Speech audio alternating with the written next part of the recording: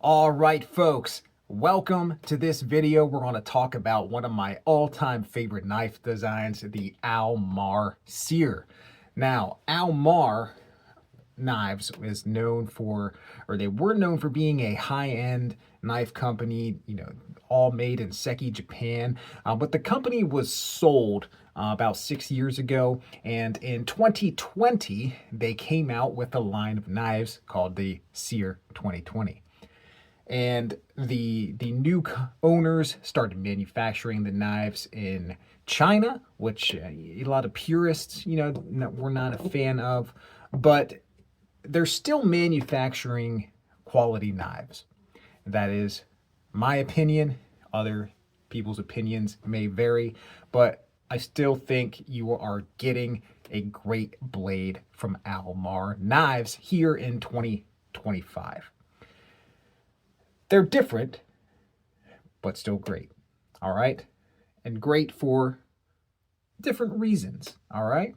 So before Almar Knives, they would make a beautiful knife, exquisite fit and finish, and you paid for that. All right? So the previous iteration of the SERE knife before the company sale, the SERE 2000, was a $200+ knife. Now the new owners have greatly reduced that cost with switching manufacture from Japan to China and switching up the materials some as well. Now, in 2025, there are 3 different versions of the SERE folder that you can buy. And there's one for each budget. Okay? So the first one I'm going to show you here. This is the SERE 2020. This is the model 2214. I believe they all have different model numbers based off the color of the handle scale and blade finish, blade steel. This is like an FRN handle here, but has some decent texturing on it. It is a assisted opening flipper, a satin finish blade, liner lock. They'll all have liner locks, made of 420 stainless steel, which is a very tough steel and pretty corrosion resistant. So I don't think you have to worry about any run-of-the-mill lock failure. If you're beating the crap out of this on the spine, it's probably going to fail you, like any folding knife will. That's a generalized statement. Somebody will jump on here. Cold steel triad lock won't fail you.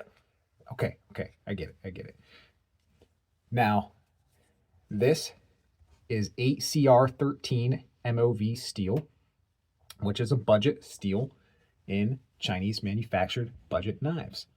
This knife here runs about $40 or so, which is fair price, in my opinion. I think you are getting a great knife for $40.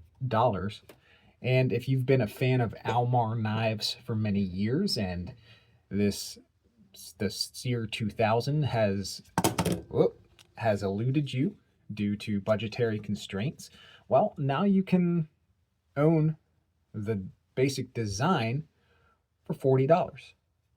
And this is the lower end of the 3. It comes in coyote tan, which is this, and also an OD green color. All right. And that's 8CR13, like I said, which is decent stuff. It is mid-grade toughness, okay edge holding, and easy to sharpen.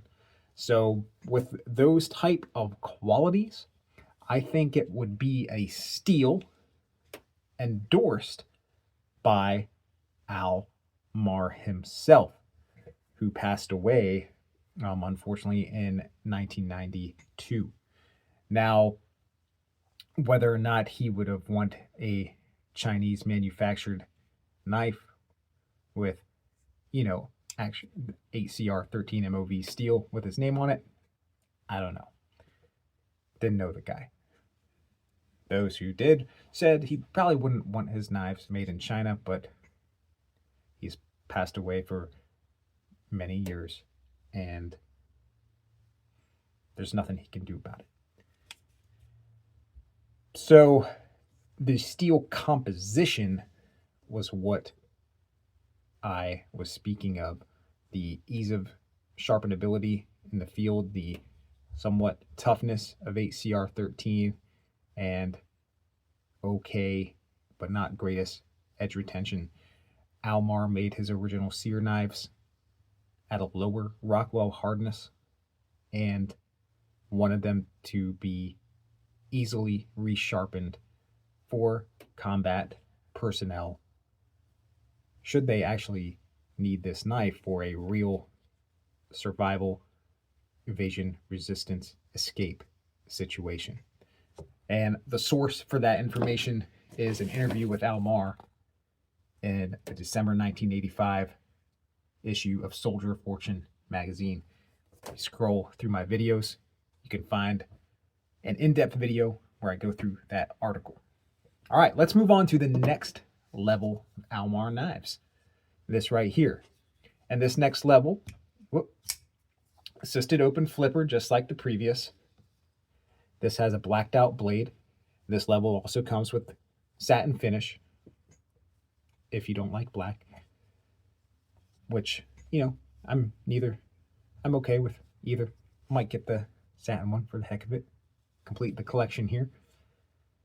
This is a G10 handle scale, very nicely textured. Remember the previous one, the lower end was FRN, and this is a D2 blade steel, so you will get much better edge retention off of this version of the knife. It is also manufactured in China, but the D2 definitely gives this one an edge over the 8CR13 MOV version. So there is that. And, you know, one would say the G10 material just feels like a higher quality material than FRN. There's nothing wrong with FRN. It's fine.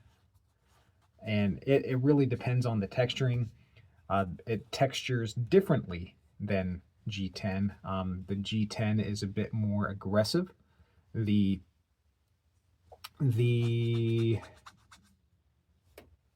what's the word I'm looking for? The individual like pokes in the material are more, they seem to be more spread out and larger in the FRN, and they're closer together in the G10, which gives it a more highly textured feel. But, you know, these are the same blade, same size, higher quality steel in this one, and this typically runs close to $70 for the D2 steel version. Now, next, we have a more high-end version that is manufactured in Taiwan, not China. So, first glance, it looks more like, you know, this. It is blacked out, and this is only available in all black. You may have noticed when I flip this open, this one is not assisted opening. It is a manual flipper that runs on ceramic ball bearings. We still have G10 handle scales, and I would say they are, I would say the D2 has a little bit rougher texture. It's a little bit, feels a little bit smoother on the one made in Taiwan here. And that's what they call it. It's the SERE Taiwan. but the model number on it is 2217. Okay, this one was 2206. So if you look up AMK 2217, you'll find this model. Also different is the color of the text. You get like a it's like a more grayish bronzes color on the logo instead of the red like the other ones. Now I do like the red, but it also kind of looks cool, more subdued on this one. This one has some jimping right here on the liner lock, so your thumb can get a a more textured grip when closing the knife. The flipper tab has jimping on it as well. Make sure your finger is well placed. This one is just smooth. And the blade steel on this one is S35VN. Honestly, one of my favorite steels for a folding knife. It holds a good edge, has decent toughness, and is not a bear to resharpen like some of the higher grade steels made for ultimate edge retention that are extra hard on the Rockwell scale. Now, this version of the knife runs between like 190 and 215. So you're definitely spending more money for manufacture in Taiwan and the high grade S35VN steel. Now, this one, depending on when you bought your SERE 2000 with the Japanese made, that was in VG10 steel, you're still lower priced than that. It was $200+ when last in production, and if you look for the SERE 2000 on eBay, you'll find people gouging those prices ridiculously. All right, so this is kind of the ultimate version, depending on your budget, of course. But it is the highest grade of steel. It looks cool, all black. There's that. They are all a 3.6-inch blade and weigh 5 ounces, maybe 5.5 ounces. So if that is too big for your liking, you are in luck, because there is a mini version of all three models that has a 3-inch blade and probably 3.5, 4 ounces in weight, probably 3.5. We have to look it up at the confirm, but it's definitely lighter weight than this. All right, so take about that much off the blade, I guess.